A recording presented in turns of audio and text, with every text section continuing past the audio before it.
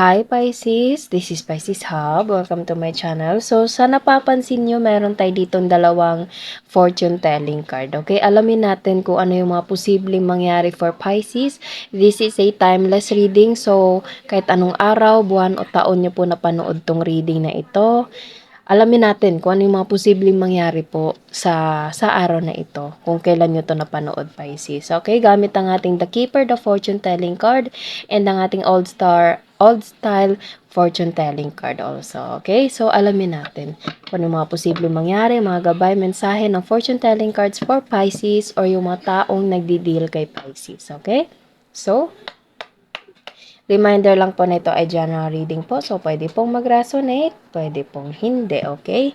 And again, this is a timeless reading. So, kahit anong araw, buwan, o taon mo ito napanood, basta mag-resonate po, tugma po sa sitwasyon, take lang, okay? Gusto siyang community, okay? So, there's, pwedeng maraming taong involved, Pisces, okay?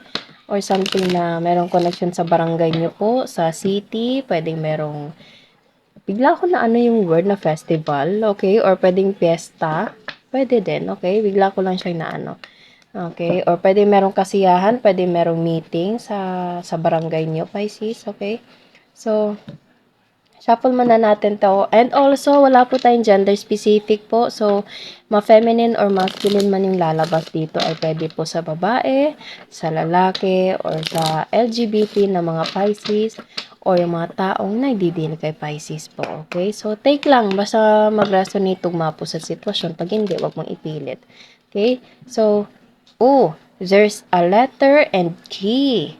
So,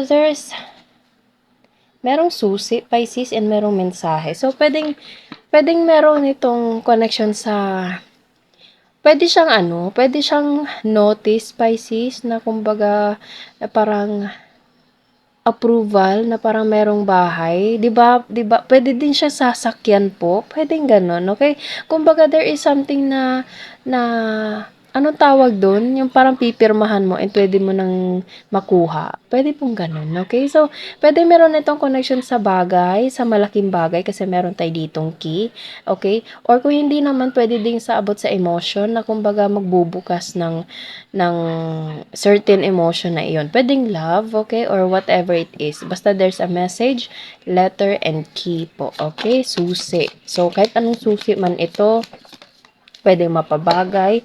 Bouquet of flowers. Okay? So, pwedeng ito ay something na merong connection sa blooming. Okay? Kumbaga, lumiliwanag, nagbo-bloom yung buhay, gumaganda. Di ba parang ganon? Pwede din pong merong connection sa spring po, okay? Parang spring season, pwede din pong ganon. Okay, so there's a message, there's a susi, okay, and there's a bouquet. And, okay, so merong connection sa love. As I said kanina, pwede merong susi na merong konektado sa emotion. And, of course, there's a heart, so it is a love. Okay? And the star, it's your, Pisces, parang pangarap, pinangarap mo to. Maybe ang laman ng letter na ito is, yung pagbubukas ng puso na ito, parang ganito, tingnan nyo po, okay? Itong susi na ito, magbubukas ng puso na nandito, okay? And this message right here is like merong connection sa pagbo-bloom, pag-grow ng pag-ibig, okay? Pwede meron itong something na proposal, pwede din meron something na kumbaga parang anong tawag doon? Yung parang confession of feelings. Pwede merong aamin para sa'yo, Pisces, okay? Or kung hindi naman, kahit ano po. Basta merong connection sa love, sa blooming, sa mensahe, okay? And pangarap mo to, gusto mo to, hiniling mo to.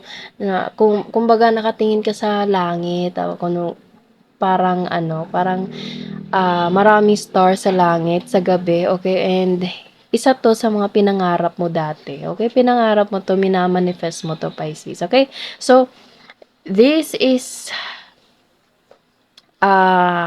a big factor of love, pwede. Pero, pwede din naman siyang about sa bagay, sinabi ko kanina na, kumbaga magbubukas, magkakaroon ng kasiyahan, okay, mag-uusbong, kung ano man yung uusbong, okay, sa buhay, sa pinansyal, pwede din po, okay, and there's a heart. So, kumbaga, magiging masaya ka, Pisces. Magiging masaya ka sa kung ano man yung mabubuksang susi na nandito. Okay? So, kuha tayo ng mga other cards for gamit nitong the Keeper, the Fortune Telling card. Okay? So, ano pa po ang mga posibleng mangyari? Anong konektado nitong key na ito? Coffin. Okay? So, there's an ending, transformation. Okay? Ano pa po ang message po for Pisces? Change. Pwedeng kumbaga para siyang new journey, Pisces, okay? Kumbaga there's something na change in your situation na kumbaga there's a massive change and yung pagbubukas ng pinto na yon, Pisces, is kumbaga it's like a new chapter of your life, okay? It's a new chapter of your life, Pisces, and meron tayo ditong message of concern again, message and letter. Nakikita niya, Pisces, hawak na niya yung letter dito.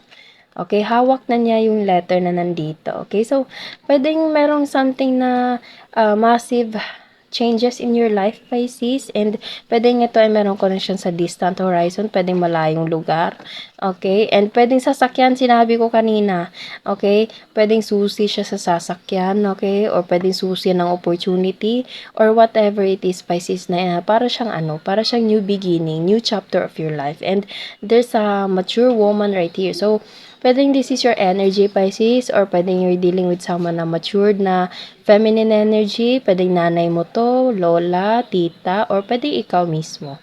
Okay, na kumbaga siya yung magbibigay ng susi na ito, okay, or pwedeng malaki yung factor niya tungkol dito, okay, so, pwedeng, bigla ko na ano yung word na pamana, okay, so, pwede meron itong connection sa pamana, pwede meron siyang ibibigay sa'yo na bagay, Pisces, bagay, bahay, kagamitan, okay, motor, sasakyan, travel, or whatever it is, Pisces, na gagamitin yung susi. Okay? And, kumbaga, meron din connection sa flowers. Nakikita nyo, pwedeng itong taong to is mahilig sa flowers, Pisces, or pwedeng ikaw. And, gustong-gusto mo to, ma-appreciate mo to ng sobra. Okay? You will appreciate this kind of gesture. Kind gesture ng feminine energy na nandito. This is something like new chapter of your life, new beginning, and it's like a new hope for you, Pisces, kasi meron tayo ditong the star, okay? So, again, pwede makakatanggap ka ng mensahe or pwede ikaw din to. There is a matured woman, pwedeng nanggaling to sa kanya itong mensahe na ito or pwede ikaw to mismo na makakatanggap ng mensahe na nandito. Okay? And there's a transformation, there's a new chapter of your life. Pwede meron na itong connection sa maraming bulaklak, okay? Pwedeng spring season, pwedeng something na blooming, growing, okay, na panibagong landas sa buhay niyo po. Pwede din meron itong connection sa love. You manifested this kind of new chapter of your life, Pisces, and there's a change. Okay, pagbabago, massive transformation in your life, makakatanggap ka ng mensahe, and pwedeng ito ay galing sa malayong lugar po. Okay, so, kuha tayo ng mga initials, random words, kung sino or ano po yung konektado sa ating reading ngayon. Okay, so, wow. Hindi siya specific po, Pisces. Basta take nyo lang kung saan po mag-resonate. Pwede meron na kayo naiisip na sitwasyon na ito na posibleng konektado po sa kung ano man itong reading natin ngayon. Okay? So, yes, kamag-anak, pwedeng nanay, tatay, lola, tita, pwede din po. Okay, kamag-anak. Mapagbigay. Okay, so there is someone na kumbaga magbibigay sa'yo. Sinabi ko kanina, kamag-anak. Chinito, chinita.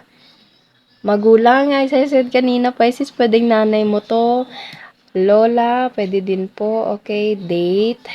and maputi. Okay? And there's a letter L. Okay? So, pwedeng nandito, pwede din pong wala. It's okay lang po. Okay? So, yun po ang ating reading sa araw na ito, Pisces. And naway nagustuhan nyo po, huwag nyo po sanang kalimutan na mag-like at mag-subscribe po sa ating channel. And click the bell button para ma-notify po kayo sa next videos na i-upload natin. Okay? So, thank you, Pisces, and God bless!